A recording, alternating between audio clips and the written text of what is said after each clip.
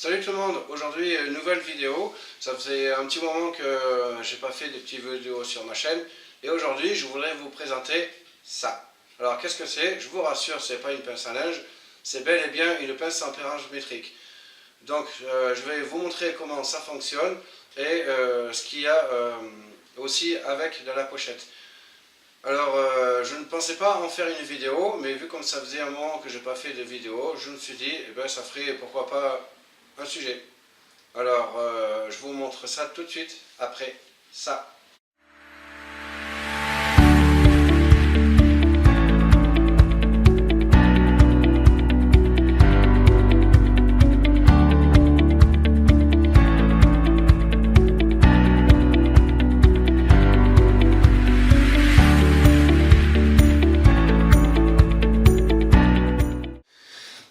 Alors voilà ce que j'ai reçu il n'y a pas bien longtemps, dans sa pochette comme ça. Alors comme je le disais au début, je ne pensais pas en faire une vidéo, donc du coup j'ai pas gardé l'emballage, hein, vous m'excuserez.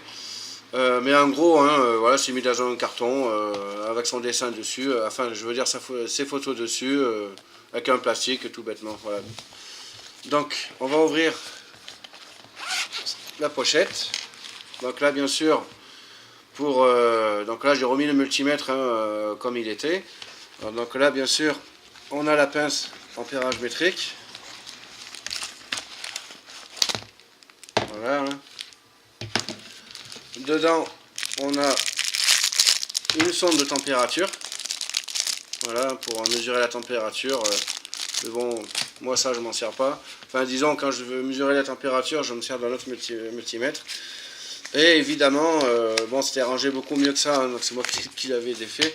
Et là, bien sûr, les sondes, hein, avec les embouts là de protection, des embouts aussi d'isolation, hein, voilà. Donc l'appareil là, son petit cordon, hein, bien souple, de bonne qualité. Ensuite, bien, on a la notice. Donc voilà. Donc j'avais deux notices, une en chinois et une en anglais, hein, comme là on peut le voir. Donc voilà, c'est tout en anglais. Mais bon, c'est pas très grave.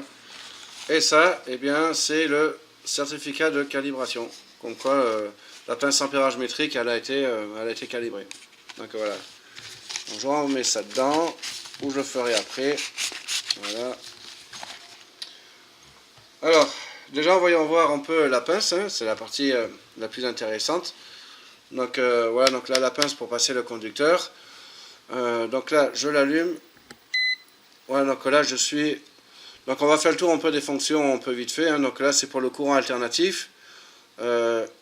Ici le courant continu, parce que ça mesure le courant continu et l'alternatif. C'est pas le cas de tous les pinces, mais je reviendrai tout à l'heure.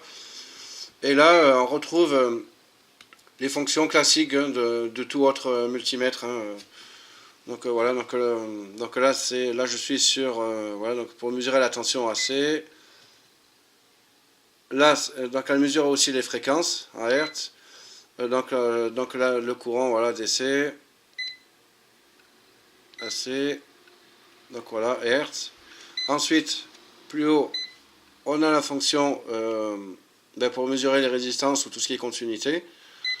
Là donc voilà, donc là c'est pour la continuité. Hein, d'ailleurs, je vais vous montrer vite fait.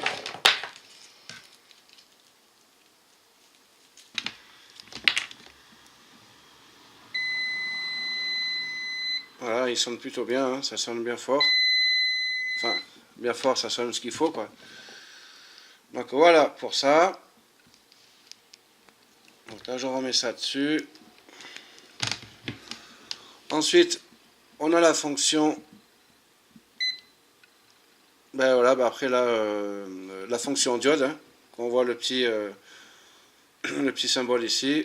Et ça, la fonction pour tester les condensateurs. Et voilà, ben après ça revient voilà, pour tester les résistances, tout ça. Ensuite, plus haut, on a la fonction pour le test de température. Donc là, ici, on a un Celsius. Si on appuie là, donc là, il y a le F, mais je ne me rappelle plus ce que ça veut dire. Cette température aussi. Hein.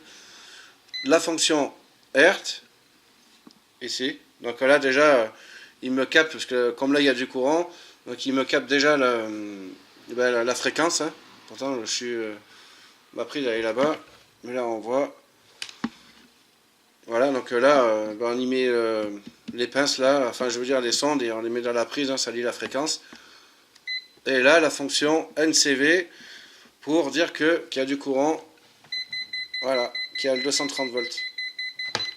Voilà, donc là je le refais, hein, voilà. Voilà. Il suffit simplement d'approcher la pince de la prise ou d'un fil électrique, peu importe, hein, d'un cordon comme ça, et il vous dit tout de suite, d'ailleurs, voilà. Ah bah tiens, ouais, ça c'est branché. Donc là, voilà, donc là il me dit qu'il y a du courant. Donc voilà pour sa fonctionnalité. Donc il a une fonction aussi rétroéclairage, qui est bien sympa. Voilà. Et il a aussi sur les côtés un petit bouton où il y a une petite LED. Voilà, donc je vous ai ébloui. Donc là on va éteindre un peu hein, pour vous. Voilà, à l'éclair ça va quoi. À l'éclair pas mal. Donc voilà pour le côté classique on va dire, hein, utilisation standard. Donc maintenant eh bien on va passer, on va éteindre la lampe. Pour éteindre la lampe on appuie simplement dessus. On va passer à la partie la plus intéressante, c'est l'ampérage métrique, parce que c'est le but. Alors oui, juste pour info, donc cette pince, en fait, moi je l'ai pris sur Amazon à 85 €. Et comme à mon habitude, j'ai pas regardé sur les autres sites et sur AliExpress, on la trouve pour une cinquantaine d'euros. Donc voilà, donc bah, tant pis pour moi, c'est pas grave. Sur le coup, je n'y avais pas pensé, mais bon. Alors pour la mesure de courant, donc là je me suis fait cette petite rallonge là. Donc voilà pour vous montrer ici. Donc on viendra pincer la pince. Voilà là comme ceci. Voilà. Alors pour la descriptif, hein, il va de 60 à 600 ampères. Donc là il y a le sens du fil. Hein, donc si jamais on se trompe de sens, ben là ça fera un petit moins. Comme quoi on s'est trompé de polarité. Après il suffira là de mettre le fil. Voilà ici, ben là ça fait voilà c'est le moins normal, mais si c'est un plus que là ça fait qu'il y a un moins, eh bien voilà, on mettra le fil là dans l'autre sens, tout bêtement quoi. Et après ben, la polarité disparaîtra. Voilà. Donc ben, je vous propose de faire le test de la pince ampérage métrique. Et pour ça ben, je vais faire le test avec ma cafetière. Alors donc voici, donc là j'ai branché la pince ampérage métrique. Pince ampérage métrique sur le fil. Donc là c'est normal, il n'y a rien marqué dessus parce que j'ai pas encore allumé la cafetière. Mais voilà, j'ai mis le multimètre sur courant alternatif. Maintenant je vais allumer la cafetière. Voilà. Et là on voit qu'il y a un peu plus de 4 ampères. Voilà, il y a 4 ampères 43, enfin bref. Un peu plus de 4 ampères. Donc là attention, donc là ça marche que comme ça. Si je viens pincer le fil là, ici, eh bien on voit que ça ne marche pas. Parce que tout simplement, comme le courant il circule dans les deux sens, eh bien ça fait le phénomène d'annulation. Donc ça marche que fil par fil. Donc là ça marchera plus que la cafetière. Je ne sais pas si vous l'avez attendu, mais la sécurité s'est enclenchée. Je vais la couper. Mais vous l'avez vu. Pour le courant continu, comme vous voyez sur les images, je suis allé à ma voiture filmer la cosse moins de la batterie. Donc on peut se mettre soit sur le fil plus ou moins ou phase ou net, peu importe, à partir du moment que le courant circule, pour que le courant puisse s'afficher. Donc voilà pour cette petite démo.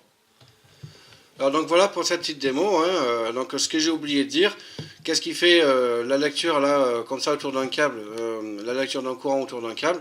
Eh bien c'est très simple. En fait une pince ampérage métrique est un capteur à effet Hall. Il permet de capter les variations de courant dans un conducteur. Hein, donc tout conducteur traversé par un courant, eh bien il émet un champ magnétique. Donc voilà. Donc je rappelle, hein, ces pinces-là, c'est fait surtout pour, on utilise beaucoup dans les industriels ou alors pour équilibrer les phases. Aussi, il y en a aussi pour des moteurs électriques là, de forte puissance. Donc pour les mesures des courants faibles, bien c'est sûr ça ne marcherait pas, hein, parce que le courant ne serait pas assez fort. Donc dans ce cas-là, on passe par un multimètre traditionnel, par un ampèremètre traditionnel. Donc voilà, hein, là ben, c'est le même principe. Hein. Donc on vient ouvrir le circuit là, ici, hein, là on dévisse là, et hop. Et ensuite, eh bien, on y met là, en série là, les sondes du multimètre. Hein. Donc voilà. Donc là, il faudrait mettre un autre domino et visser les sondes dans le domino pour faire la lecture. Alors, donc il existe deux sortes de pinces ampéramétriques. Donc il y a celle-ci que je vous ai présentée et il y a aussi celle-là.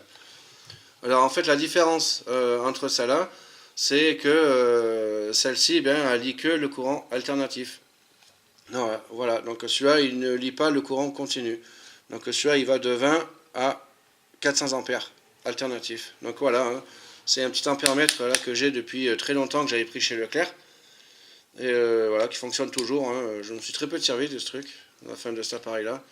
Donc voilà, donc là il me dit de changer la pile, depuis le temps qu'elle est dedans. Donc voilà pour cette vidéo. Hein. Donc j'espère que j'ai bien été clair, que voilà, que vous avez bien aimé. Donc je vous mettrai tous les liens en description. Donc comme je me le disais, moi je l'ai pris j'ai pris le multimètre, la pince ampéramétrique chez Amazon. Donc moi je vais payer 85 €, mais il y en a des beaucoup moins chers, notamment chez AliExpress, hein, comme je le disais, où on en trouve pour une cinquantaine d'euros. Quoi. Donc bon, tant pis pour moi, c'est pas grave. Ce qui est fait. Voilà. Donc sur ce, merci d'avoir regardé ma vidéo, et je vous dis à très bientôt sur ma chaîne. Ciao, ciao.